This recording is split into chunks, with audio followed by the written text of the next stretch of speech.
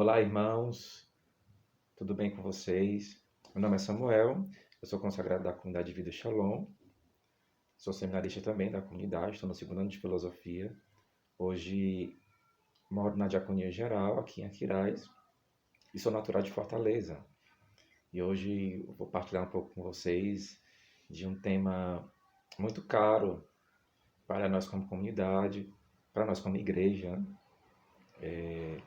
E também para vocês que ou servem nesse ministério, ajudam de alguma forma esse ministério, que é, eu vou falar sobre a liturgia, né? Ou seja, vamos partilhar um pouco, um pouco de teoria, mas também mais a parte prática, né, concreta, sobre a liturgia, para que a gente possa entender a grande graça que é esse serviço, né, para a igreja e na comunidade também, né?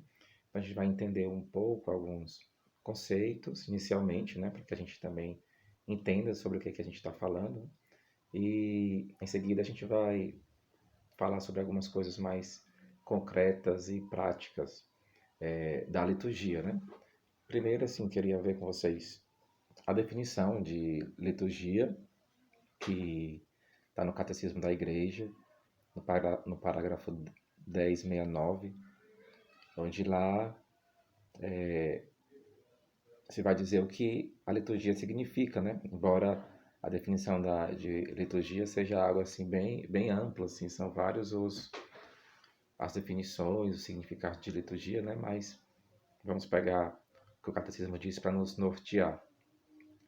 Ele vai dizer: a palavra liturgia significa originalmente obra pública, serviço da parte do povo e em favor do povo.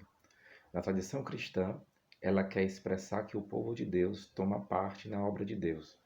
Pela liturgia, Cristo, nosso Redentor e sumo sacerdote, continua em sua igreja, com ela e por ela, a obra de nossa redenção.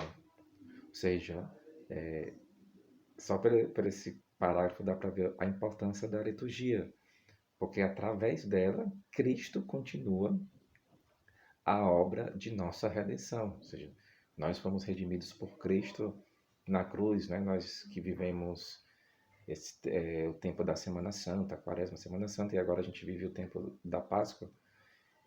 E nesse processo a gente atualizou, né, como igreja, através da liturgia, o processo que é o ápice, vamos dizer assim, do ano litúrgico, que é a paixão, morte e ressurreição de nosso Senhor Jesus Cristo.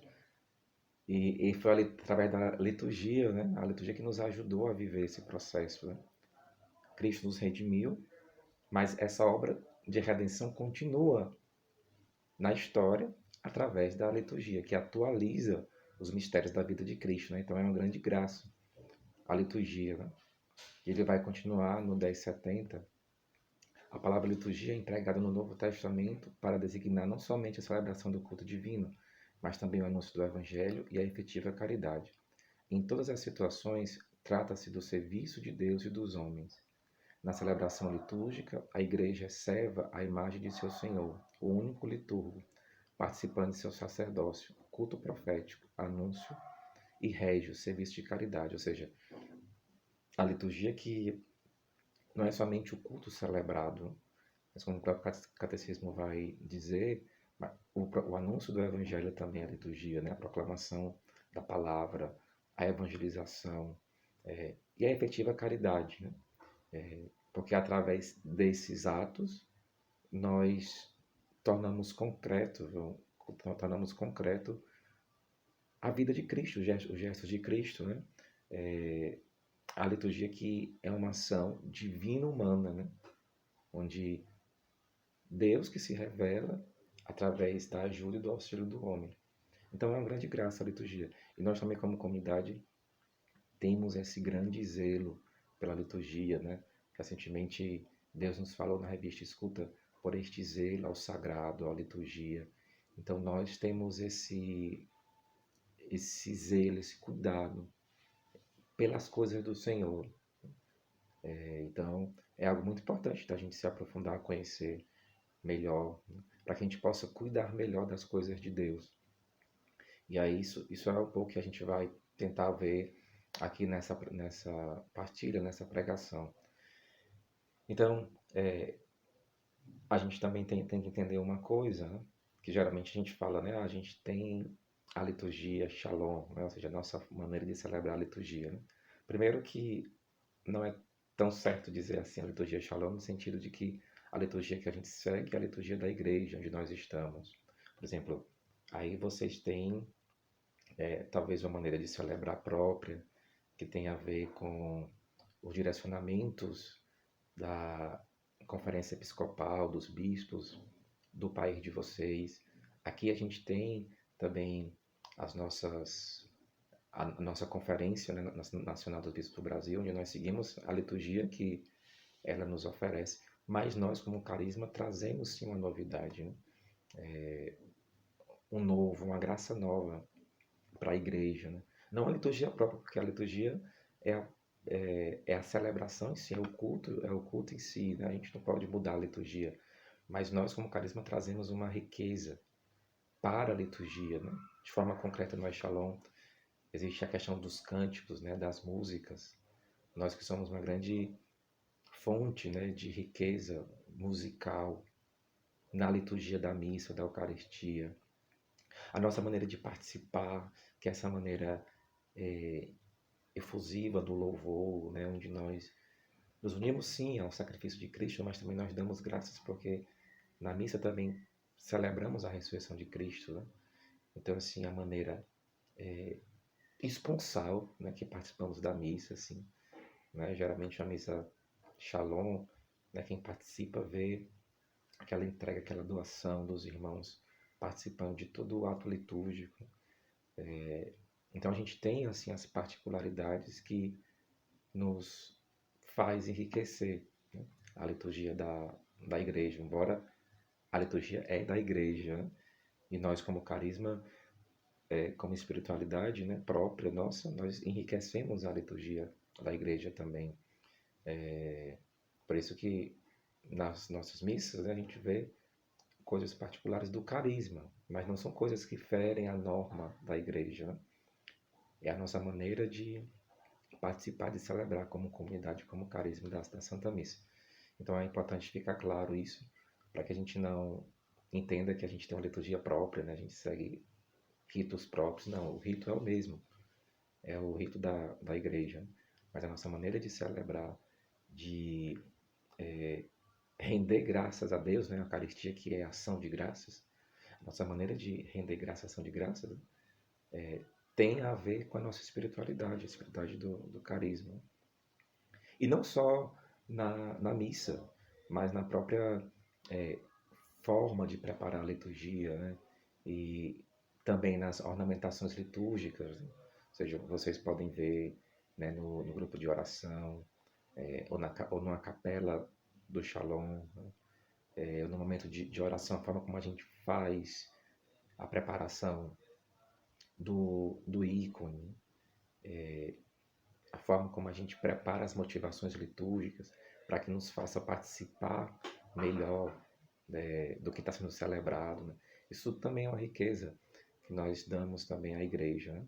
E, enfim, a gente vai partilhar um pouco sobre isso, que a gente foi falando, né? Um pouco da parte prática da liturgia, um pouco também de como nós celebramos e também qual a nossa função, né? Ou seja, a função de vocês também como sendo do Ministério da Liturgia, né? Ou os irmãos que estão começando, independente de ser da liturgia ou não, como deve ser a nossa postura diante do sagrado, né? Diante da liturgia, né? Como que somos chamados a nos portar, né? Diante disso. Então você pode partilhar de dois em dois, assim, o que você entendeu até agora, se você sabia, né? Se teve alguma novidade, enfim, partilhe de dois em dois. Então, agora a gente vai entender um pouco como funciona a liturgia durante o ano, né? Aquilo que nós chamamos o ano litúrgico. Como a gente sabe, existe o ano civil, ou seja, o ano de 2020 começou dia 1º de janeiro de 2020 e vai até dia 31 de dezembro de 2020. Esse é o ano civil, ou seja, o ano onde A sociedade se organiza e baseia suas atividades, né, de acordo com os meses do ano, com as semanas, enfim. A igreja, ela tem seu ano próprio, né, que se chama o ano litúrgico, que ele começa sempre no Advento e termina com a solenidade do domingo de Cristo Rei. Por exemplo, esse ano, o ano litúrgico que nós vivemos, ele começou em dezembro do ano passado com o Advento. E aí vem o Advento, depois o Natal, depois entramos no tempo comum, depois Quaresma, Semana Santa, tempo pascal, depois voltamos ao tempo comum e no tempo comum acontece celebrações, solenidades e depois entramos novamente em um novo ciclo. E vocês devem perceber que durante o ano litúrgico, as cores das roupas do padre, né? Ou seja, da casula, da estola, das toalhas de altar, das ornamentações mudam de acordo com o período que está sendo celebrado, porque a cor tem uma simbologia própria dentro da liturgia.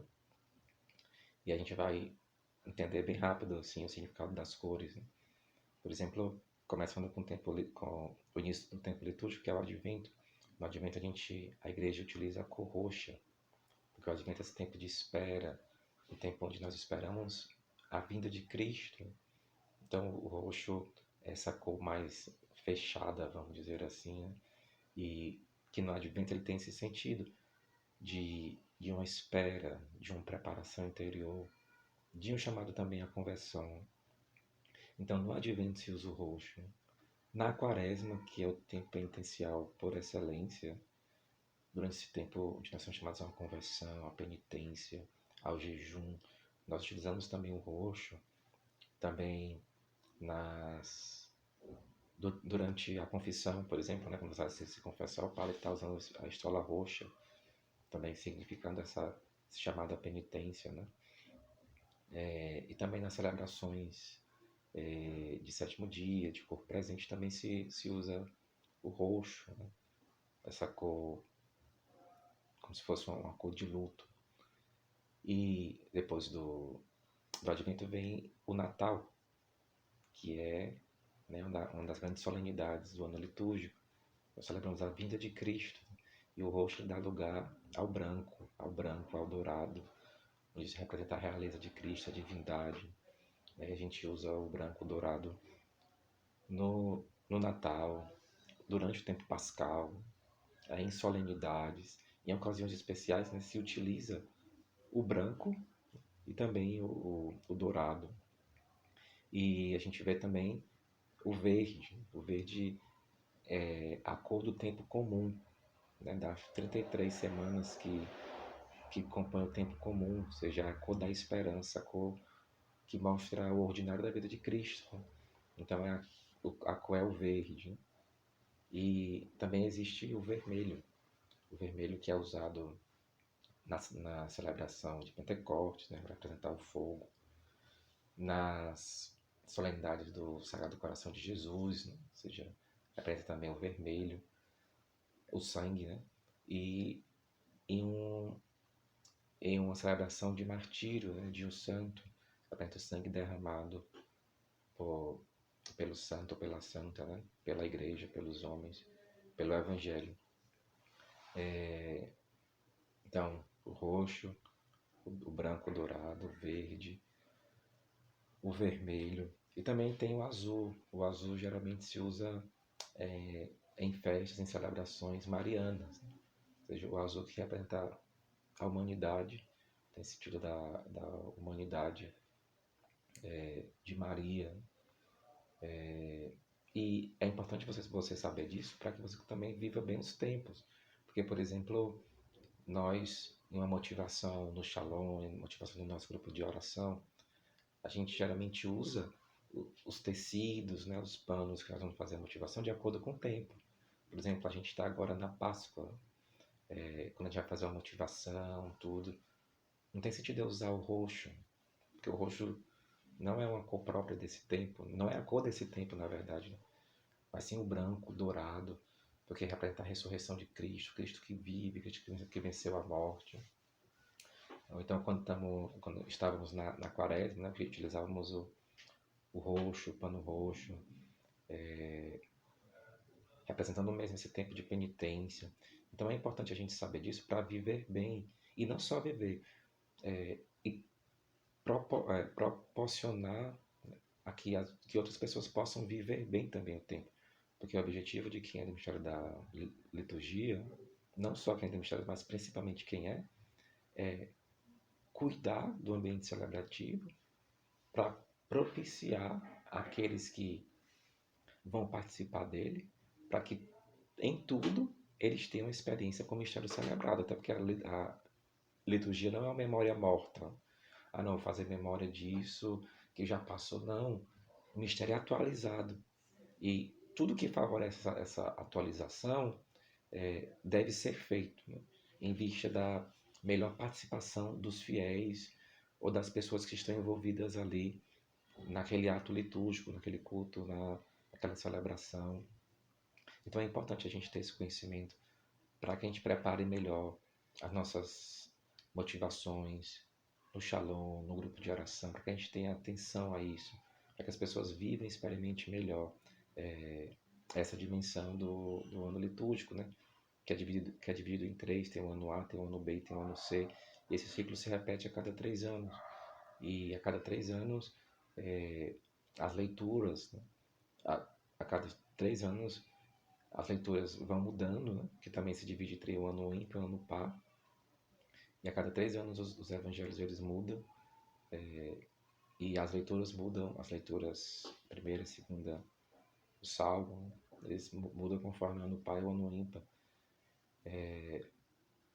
Então, assim, esse é o ano litúrgico, que é durante todo o ano nós celebramos todos os mistérios da vida de Cristo. E aí vamos passando desde o seu nascimento, desde a sua anunciação, na verdade, até a sua coroação, né, como Cristo, o rei do universo. Aí passamos pela sua infância, pela, pela sua, pelo seu tempo comum, ou seja, os anos que ele passou ensinando o evangelho, pregando, curando os doentes, expulsando os demônios. Celebramos o mistério da sua morte, da sua ressurreição, e somos santificados nesse ano, né? Toda a igreja é santificada, ou seja, a graça da liturgia da igreja é uma liturgia única, né? Uma igreja ser una, onde toda a igreja participa do mesmo mistério. Isso é uma grande beleza da igreja. Então nós, como mistério da liturgia, temos essa missão de zelar para que tudo favoreça com que os irmãos possam entrar e participar do mistério que está sendo celebrado naquele tempo, naquele dia. Então você pode também partilhar de dois em dois, né? Partilhando com o irmão, né? Se você conhecia essa dimensão, se você tinha. E se você tem essa experiência, consegue ter essa experiência durante o ano litúrgico, com cada tempo, e se você sente a necessidade de melhorar isso, né? Para que mais pessoas tenham essa experiência com a liturgia, né? Através da liturgia. Então, agora a gente vai falar sobre algumas coisas mais práticas, né? Mas antes eu esqueci de falar nas folhas litúrgicas que também tem a cor rosa, que não é muito comum, mas que se usa geralmente em duas ocasiões, que é no domingo Gaudete, que é o terceiro domingo do Advento, e no domingo Letare, que é o quarto domingo do Advento, ou o Letare, o quarto domingo da Quaresma, que quer dizer que a alegria está próxima. Ou seja, no Advento são 4 domingos, no terceiro domingo está próximo de Jesus nascer. E na Quaresma, né, no quarto domingo, está próximo de Jesus ressuscitar. Então tem esse sentido da expectativa do nascimento e da ressurreição de Cristo. E agora a gente vai falar sobre a credência, como montar a credência, alguns nomes dos símbolos litúrgicos, né? Que uma das principais funções nossas é servir na missa. E a gente tem que aprender algumas, algumas coisas, algumas funções, alguns nomes, né, dos objetos litúrgicos, do lugar onde a gente está servindo, para que a gente possa servir melhor, né? Então, geralmente, quando a gente vai servir, né, em um evento, geralmente a gente faz evento em que a gente tem que levar toda a estrutura da liturgia, o altar, né, a credência, os objetos litúrgicos, os livros litúrgicos, e a gente tem que conhecer bem cada um deles, né? Então, eu vou mostrar alguns objetos para vocês, você já deve conhecer, claro, mas para ficar mais claro, quando a gente vai preparar a missa, a gente tem que ter atenção, primeiro, com os livros, ou seja, existe o lecionário, que é o livro onde contém as leituras da missa, e existem três tipos de lecionário: lecionário semanal, que contém as leituras durante a semana; o dominical, que contém somente as leituras de domingo, solenidade, festa, ou domingo, solenidades, ocasiões especiais; e o santoral, que se diz, né, que onde tem as leituras das missas das missas votivas aos santos, missas mais específicas, né? E aí são esses lecionários que a gente tem que saber para marcar a leitura, que também é uma função nossa. A gente marcar a leitura da missa do dia, né? Aí também tem o missal, que é o livro que o padre utiliza, onde tem as orações que ele lê na missa, a oração coleta, onde tem as antífonas, onde tem o rito todo da missa para o padre seguir, né? E aí é importante conhecer esse. Então, irmãos, esse é o missal.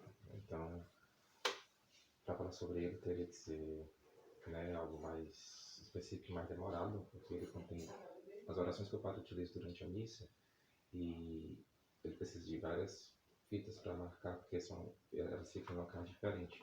Aliás, vocês podem, se tiverem missal na missão, podem pegar, podem buscar aprender também, manusear, né?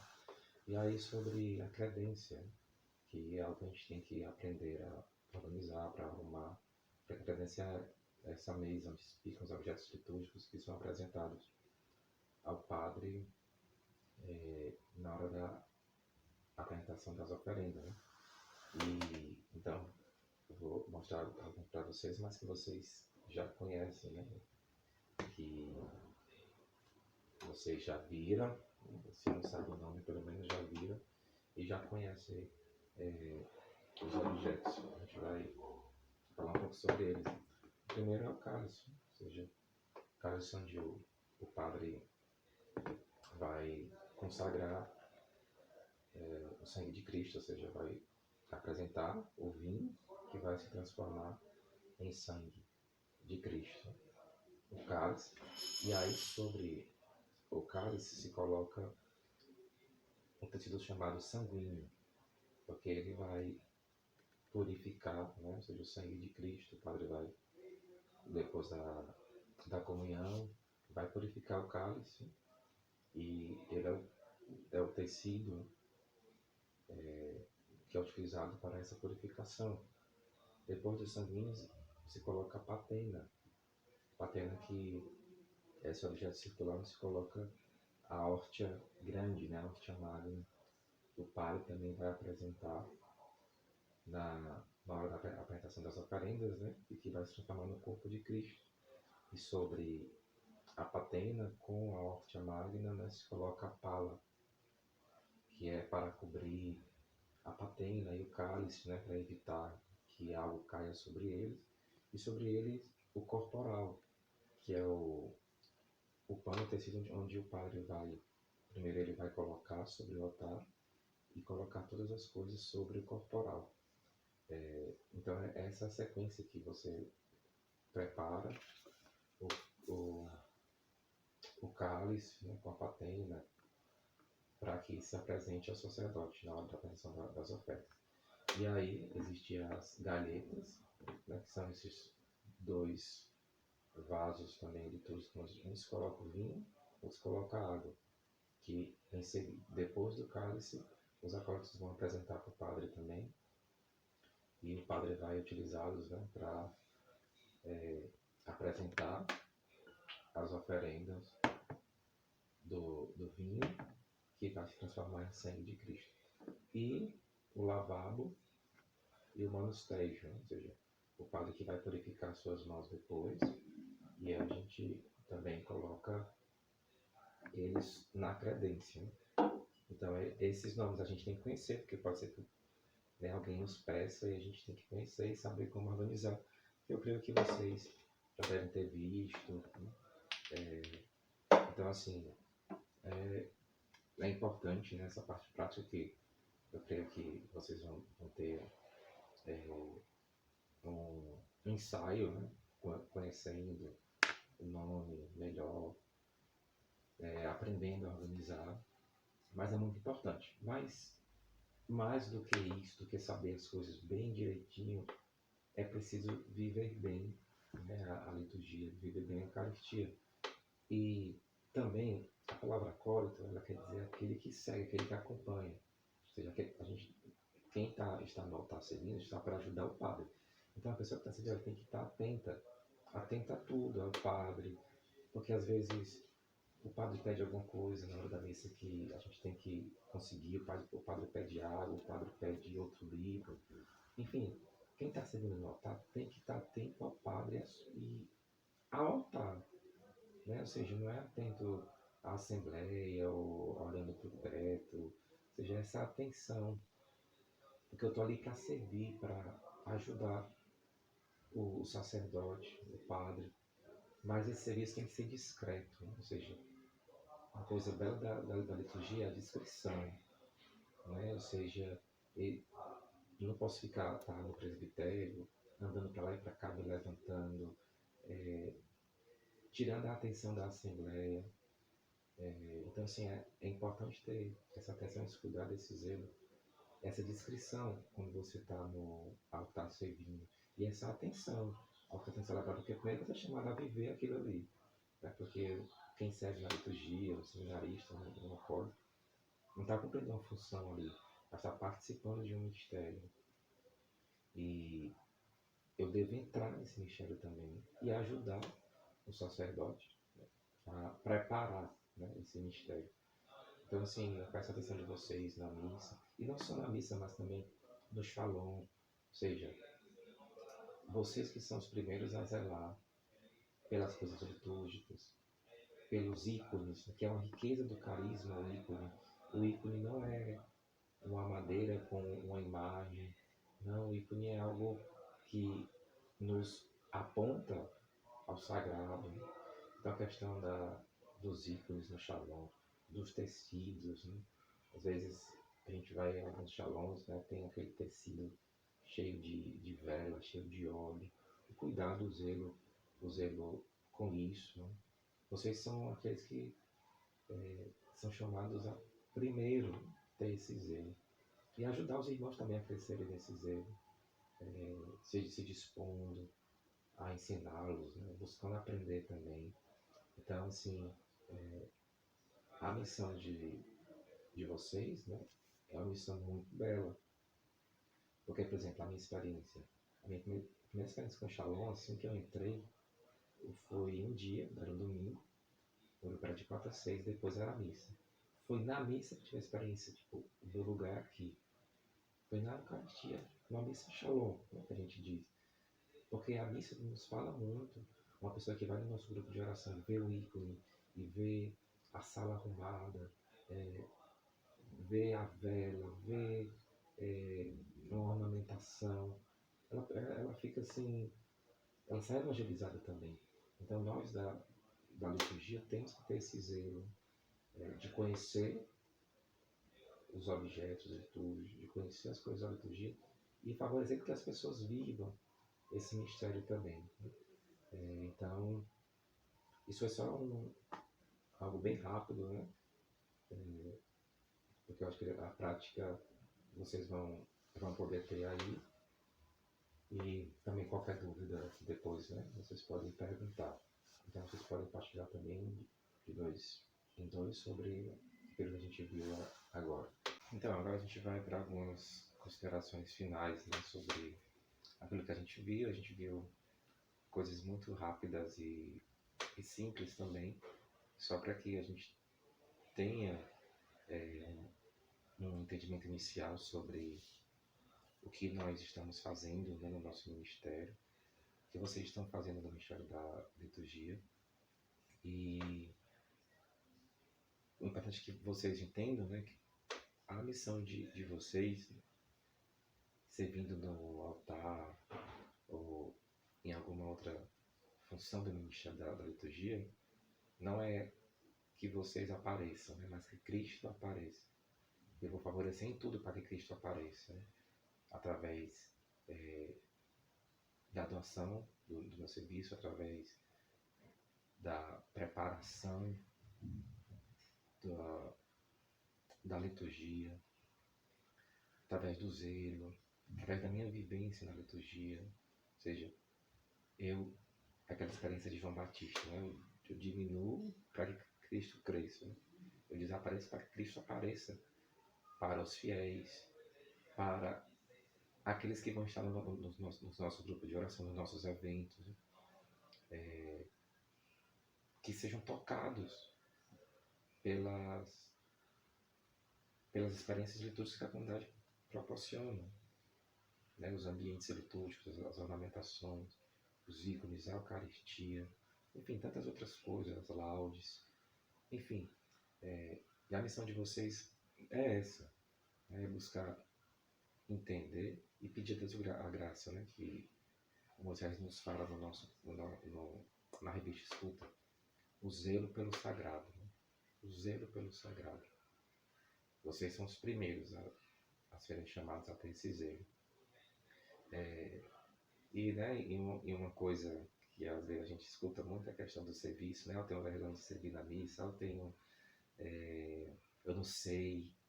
Assim, a minha experiência é a gente aprende servindo e aprende errando também, né? Então, aqueles que são mais tímidos, aqueles que ficam às vezes com vergonha, não tenha vergonha, assim. Ninguém e começa na liturgia já sabendo de tudo. A pessoa aprende à medida que pratica. E se eu não pratico, eu não vou aprender. Então, assim, não tenha vergonha de pedir para servir. E aí, por exemplo, na missa, né, quando é a missa solene, a gente faz a procissão litúrgica. E aí se exige mais acólitos para servir. Né, que geralmente a procissão litúrgica, a sequência existe o turiferário, o navetário, a pessoa que fica com o turido e com a naveta. Depois vem a cruz e as velas, 2 velas. Aí tem o mestre de cerimônia, que é aquele que conduz a procissão, que ajuda na celebração, né, na coordenação da celebração. Aí existe quem fica com o missal, né? Existe as velas que vão andando na hora que o padre vai proclamar o evangelho. Enfim, existem várias funções. Né? E aí é importante que você também conheça o máximo de funções que você puder. Pode começar em algo mais simples, mas é importante que você conheça outras funções também, para que você se coloque à disposição quando precisar. E aí vocês vão ter formações que também vão ajudar vocês a servir.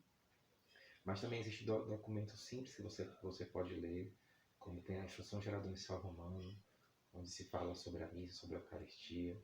Tem documentos que você pode buscar conhecer também, que é importante esse desejo seu de conhecer. E não ter medo de errar, não ter medo de se equivocar, porque a gente aprende, sim, praticando. Né? Então, assim, desejo que vocês possam enriquecer a missão de vocês, né? Com a graça do carisma, com a maneira como nós vivemos, celebramos e participamos do mistério da Eucaristia, a maneira como nós vivemos e celebramos uma oração, um grupo de oração, como nós rezamos nas nossas orações, enfim. E vocês são os responsáveis, um dos responsáveis por isso, né? Espero ter podido ajudar de alguma forma e peço a oração de vocês, acredite já por todos os padres da comunidade, pelos seminaristas também. Também conte com as nossas orações e, enfim, que Deus possa derramar sobre vocês a graça deste zelo, deste amor pela liturgia, e que vocês possam ajudar cada vez mais pessoas também a fazer uma experiência com o ressuscitado que passou pela cruz. Deus os abençoe. Shalom.